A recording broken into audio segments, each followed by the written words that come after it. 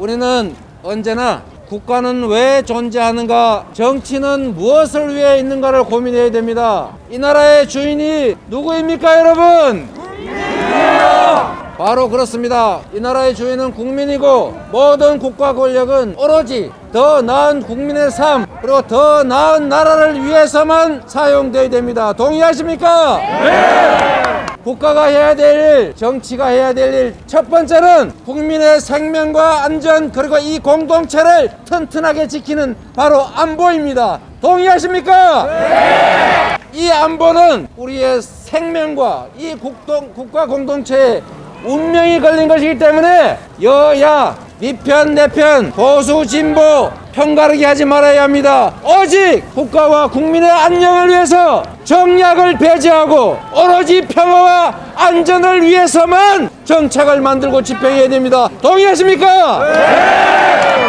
그런데 이 위중한 안보를 자신들의 개인적 정치적 목적을 위해서 훼손하는 사람들이 있습니다. 북한과 이 대한민국이 서로 공존하고 서로 위협하지 않고, 그리고 궁극적으로는 통일의 길로 가야 합니다. 이게 바로 헌법이 정한 우리의 갈 길입니다. 그런데 북한을 선제 타격하겠다고 협박해서 남과 북의 군사적 갈등이 격화되면 누가 손해봅니까, 여러분?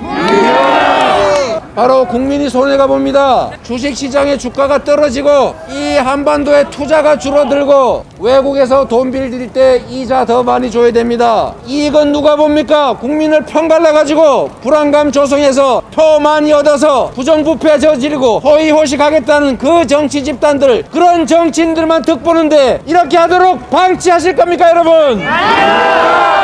국가안보는 어떤 경우에도 정략적으로 악용되면 안 됩니다. 북한에다가 선거 때 필요하다고 총 쏴달라고 돈 주겠다고 제안한 집단이 누구였습니까, 여러분?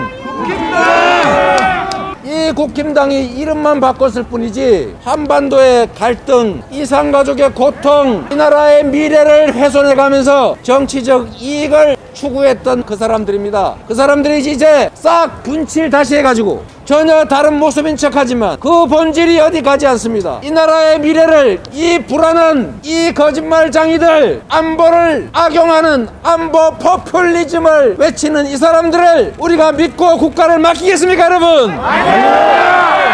제가 여러분께 묻겠습니다. 여야, 좌우, 진보, 보수, 네 편, 내 편 진영 가리지 않고 안보를 튼튼하게 하고 이 나라의 평화를 정착시키고 남과 북의 교류 협력을 확대해서 이 나라 국민들 더 잘 살게 만든 유능한 인재, 유능한 후보가 누굽니까, 여러분?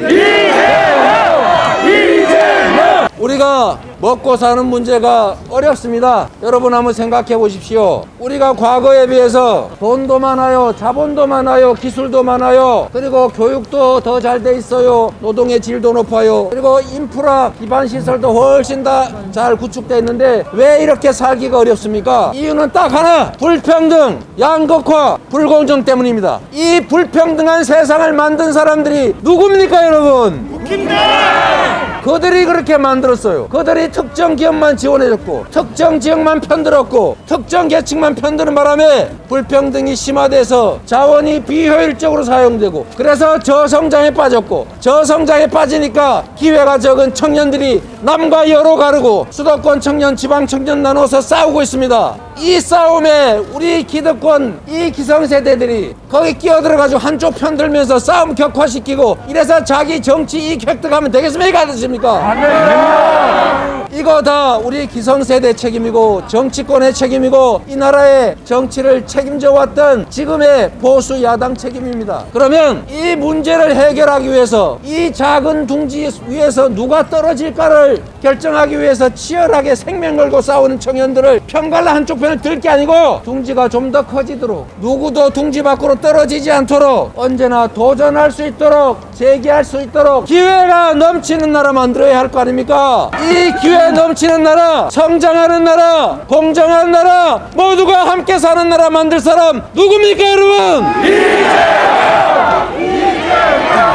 올해 3월 9일에는 이 나라의 미래가 결정됩니다. 여러분 생각해 보십시오. 누군가의 정략적 이익을 위해서 누군가를 벌주고 누군가를 제재하고 누군가한테 책임을 묻는 게 중요합니까? 아니면 우리가 우리 자신들의 삶을 위해서 더 나은 세상, 더 희망 넘치는 세상을 만드는 게 중요합니까? 답은 명확합니다. 과거로 갈 것이 아니라 미래로 가야 합니다. 과거로 가지 않고 미래로 국민과 함께 갈 후보가 누굽니까, 여러분?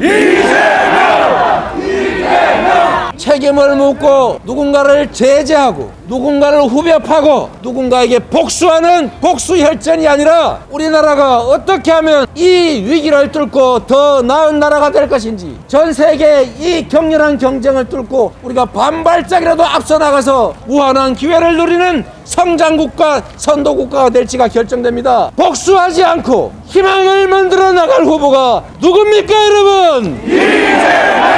우리는 미래를 향해 가야 합니다. 국정에 대해서 알지 못하고 모르면은 점장이한테 물어볼 사람한테 이 나라를 맡길 수는 없습니다. 뚜렷한 철학과 가치를 가지고 억강부약의 정신으로 모두가 함께 손잡고 살아가는 그런 행복한 공동체, 우리가 가진 자원과 기회를 좀 더 효율적으로 공정하게 배분해서 더 성장하는 나라로, 기회가 넘치는 나라로, 청년들도 생사를 걸고 생존 투쟁을 하는 게 아니라 조금 더 나은 길을 찾아가는 도전이 가능한 나라, 누가 만들 수 있습니까, 여러분? 저는 국민을 믿습니다. 지금 처절한 편갈이, 보수, 우익, 포퓰리즘이 고개를 들고 있습니다, 여러분. 정치의 가장 큰 역할은 통합입니다. 가난한 자나 부자나 시골이나 도시나 지방이나 수도권이나 서로 손잡고 존중하고 기회를 나누면서 함께 살아야 합니다. 국민들은 자신의 이익을 위해서 일부 편을 갈라 싸울 수 있지만 싸우지 않고 서로 모두에게 득되는 길을 찾아가게 하는 것이 바로 정치, 통합의 길 아닙니까, 여러분? 맞습니다. 그런데 다시 과거에 우리가 군사정권이 자신들의 지배 토대를 튼튼하게 하겠다고 경상도 전라도 갈라가지고 싸움시키고 한쪽만 투자하고 한쪽만 소외시켜서 자기 권력 유지했습니다. 이렇게 하면 안 되지 않습니까? 네. 다시 또 이 분열의 정치가 시작되고 있습니다. 남녀를 편갈라서 한쪽 편 들고 한쪽을 공격합니다. 나라를 갈갈이 찢으려고 하는 겁니까, 여러분? 분열의 정치하는 이 퇴행적 정치 집단에게 여러분이 철퇴를 내려주시겠습니까? 네! 반드시 그렇게 해야 됩니다. 분열하면 안 됩니다. 누군가 분열하고 아파하면 그 분열의 원인을, 갈등의 원인을 제거해야 합니다. 그런데 그 아파하는 청년들을 활용해가지고 한쪽 편을 들면서 그 아픈 상처를 더 긁어서 고통을 주면서 내 이익을 챙기는 게, 그게 사람이 할 일이 아니지 않습니까? 여러분이 심판해 주세요. 국민이 바보가 아니라는 점을 보여주십시오. 몇 가지 가머니 썰로 가짜 뉴스 퍼뜨리고 한쪽 편들어서 다른 쪽 공격하면서 이 나라가 잘 될 수는 없다. 거기에 넘어갈 만큼 우리 국민들의 민도가 낮지 않다. 우리 시민들의 공리의식, 시민의식이 얼마나 높은지를 이번 3월 9일에 여러분 보여주시겠습니까?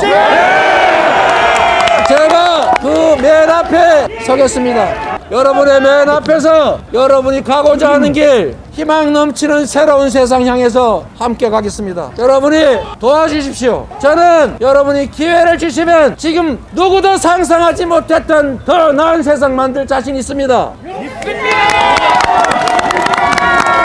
제가 야당 소속의 성남시장으로 당선돼서 그 탄압을 뚫고 전임 국민의힘 시장은 4년 동안 똑같은 세금 걷어서 5,400억 특별하게 다 갖다 쓰고 7,285억 빚 남겼지만 저는 세금 올리지 않고 똑같은 세원으로 4년 만에 빚 5천억 갚고 전국 제1의 도시로 만들었습니다, 여러분.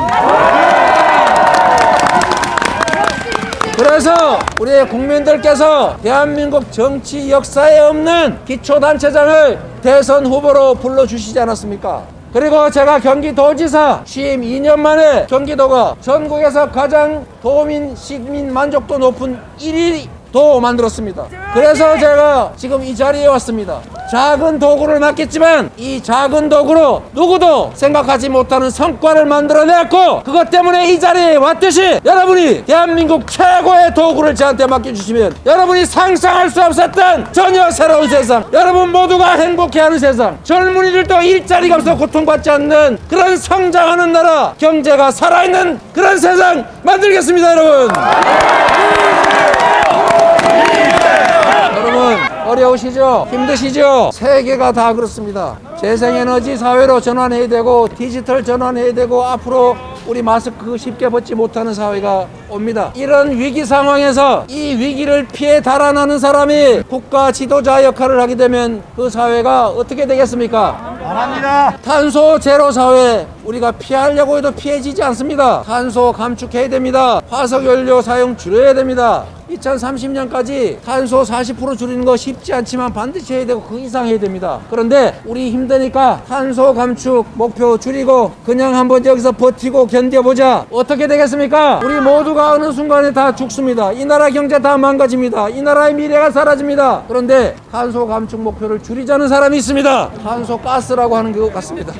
여러분, 국가의 미래는 정말로 많은 고심을 해야 되고 정말로 많이 연구해야 하고 정말로 이 나라의 인재와 좋은 정책은 진영을 가리지 않고 다 써야 합니다. 고통스럽더라도 갈 일은 가야 하고 그 고통스러운 길의 맨 앞에는 바로 정치 지도자가 서 있어야 하는 것입니다. 그런데 피하자니요, 다 죽자는 얘기입니까? 이런 사람들이 이 나라의 미래를 맡으면 미래가 없습니다. 그래서 여러분, 힘들더라도 확실하게 미래에 대한 비전을 가지고 확실한 방법 정책을 가지고 확실한 의지를 가지고 확실한 용기를 가지고 강력하게 우리가 가야 될 길을 가는, 강력하게 우리 국민들이 해야 될 일을 해내는 그런 유능한 경제 대통령 후보가 누구라고 생각하십니까, 여러분?